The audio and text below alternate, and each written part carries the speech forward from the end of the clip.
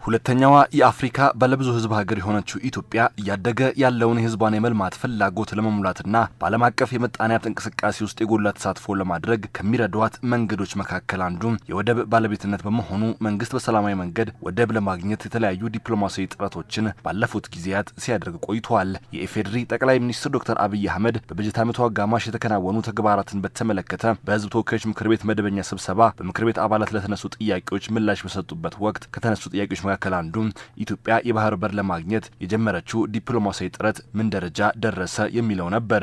የባህር በር ጥያቄያችን ሰላማዊ፣ ህጋዊና ፍትሃዊ በሆነ መንገድ ምላሽ እንዲያገኝ የተከናወኑ ስራዎችን፣ የተገኙ ውጤቶችንና የወደፊት የትኩረት አቅጣጫዎች ላይ ተጨማሪ ማብራሪያና ገለጻ ቢደረግ። ከምክር ቤቱ ለተነሳው ጥያቄ ምላሽና ማብራሪያ የሰጡት ጠቅላይ ሚኒስትር ዶክተር አብይ አህመድ የባህር በር ጥያቄ ከዚህ በኋላ ነውር አይደለም ያሉ ሲሆን በሰላማዊ መንገድ ወደብ ለማግኘት የጀመርነው ጥረትም በዓለም አቀፉ ማህበረሰብ ዘንድ ተቀባይነት አግኝቷልም ብለዋል። የባህር በር ጥያቄን ማንሳት ማንሸራሸር ነውርነቱ አክትሟል። ከማንም ዓለም ጋር ስንነጋገር ትክክል ነው። በዓለም ላይ የእናንተን ያክል ቁጥር ኖሮት ትልቅ አገር ሆኖ የባህር አክሰስ የሌለው ሀገር የለም። ነገር ግን በንግግርና በውይይት በሰጡ መቀበል መርህ መሆን አለበት። ግጭት እንዳትገቡ ጥንቃቄ ያስፈልጋል ይላሉ እንጂ አያስፈልግም የሚል ሰው ኦልሞስት ጠፍቷል። የለም። ይሄ ለኢትዮጵያ ትልቅ ድል ነው።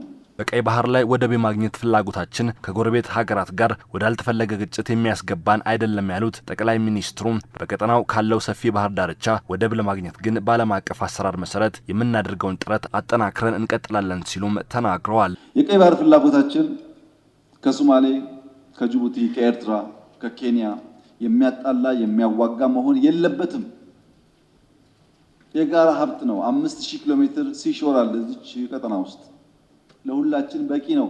ተነጋግረን ተግባብተን ሁሉ ተጠቃሚ በሚያደርግ መንገድ መፈጸም ይቻላል። ከዚያ ባለፈ ባለፉት ዓመታት ኢትዮጵያ ትልቅ ዲፕሎማሲያዊ ስራ የሰራችበት ታላቁ የኢትዮጵያ ህዳሴ ግድብ መጠናቀቂያን በተመለከተም ከምክር ቤት አባላት ጥያቄ የተነሳ ሲሆን በጠቅላይ ሚኒስትር ዶክተር አብይ አህመድም ማብራሪያ ተሰጥቶበታል። ክቡር ጠቅላይ ሚኒስትር፣ የህዳሴውን ግድብ ግንባታ ሙሉ በሙሉ አጠናቀን ሪቫን ለመቁረጥ ምን ያህል ርቀት ይቀረናል? ህዳሴ ላይም ብዙ መከራ ታይቷል። ክቡር አቶ መሐመድ እንዳነሱት ቢበዛ በሚቀጥሉት 6 ወራት በጋራ ሪቫን እንቆርጣለን።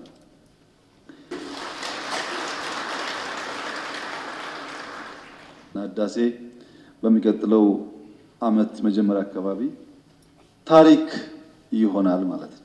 ኢትዮጵያ ህዳሴ ግድብን በተመለከተ ከጀምሮ አንስቶ ከታችኛው የተፋሰሱ ሀገራት ጋር በጋራ ለመልማትና ለመስራት ፍላጎት አሳይታለች ያሉት ጠቅላይ ሚኒስትር ዶክተር አብይ አህመድ አሁንም ቢሆን በተለይ ከግብጽ ጋር በትብብር መንፈስ የመስራት ፍላጎት አለን ሲሉም ተናግረዋል።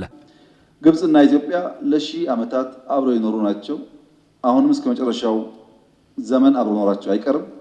ይሄን ወጥ ተቀብለው በትብብር መንፈስ ቢሰሩ የኛ መሻትና ፍላጎት ነው። አሁን ለውይይት፣ አሁን ለንግግር፣ አሁንም ህዳሴን ያለበት ሁኔታ ለማየት በእኛ በኩል ክፍት እና ፍላጎት ያለን መሆኑን በዚህ አጋጣሚ እየገለጽኩ ህዳሴ የአፍሪካ ኩራት ነው።